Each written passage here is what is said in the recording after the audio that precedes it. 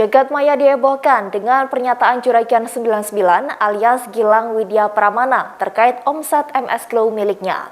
Suami Sandy Purnamasari itu menyebut bahwa pendapatan dari penjualan kosmetik miliknya itu mencapai 600 miliar rupiah per bulan.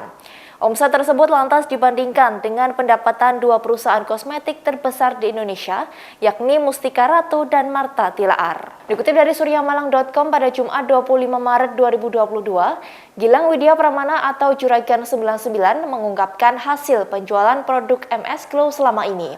Hal tersebut disampaikan Crazy Rich asal Malang itu untuk menepis santer kabar soal pendapatan usahanya yang dinilai tidak sesuai dengan pengeluaran.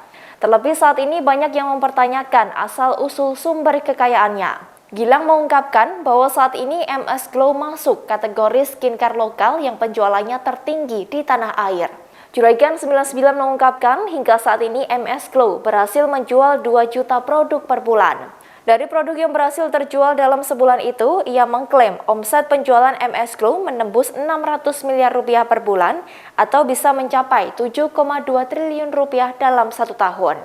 Klaim Juragan 99 tersebut bisa diperbandingkan dengan perusahaan besar lainnya di Indonesia yang sudah berdiri sejak puluhan tahun silam. Di Indonesia, sejumlah perusahaan besar industri kosmetik bahkan sudah melantai di Bursa Efek Indonesia. Perusahaan tersebut diantaranya PT Mustika Ratu Tbk dengan kode emiten MRAT dan PT Martha Tilaar Tbk dengan kode emiten MBTO. Kedua perusahaan itu merilis total penjualan atau omset melalui laporan keuangan 2020 yang dirilis pada tahun 2021, yang mana dampak pandemi COVID-19 belum terlalu terasa.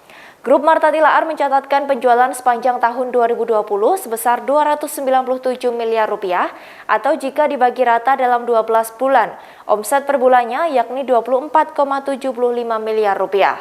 Sementara pesaingnya PT Mustika Ratu Tbk mencatatkan omset penjualannya lebih besar di 2020 yakni sebesar 318 miliar rupiah dan jika dibagi rata dalam setahun, omset per bulannya yakni 26,4 miliar rupiah. Selain grup Martha Tilaar dan Mustika Ratu, masih ada beberapa perusahaan produsen kosmetik terkemuka lainnya di tanah air yang tercatat di bursa. Namun berbeda dengan Mustika Ratu dan Martha Tilaar yang fokus pada bisnis kosmetik, produk perusahaan terbuka lainnya relatif bervariasi karena tak hanya berfokus pada bisnis kosmetik. Beberapa produsen kosmetik tersebut diantaranya PT Akasa Wira Internasional Tbk, PT Kino Indonesia Tbk, PT Mendom Indonesia Tbk, dan PT Unilever Indonesia Tbk. Oke Tribuners, nantikan Celebrity On Style lainnya hanya di YouTube Tribun Style Official.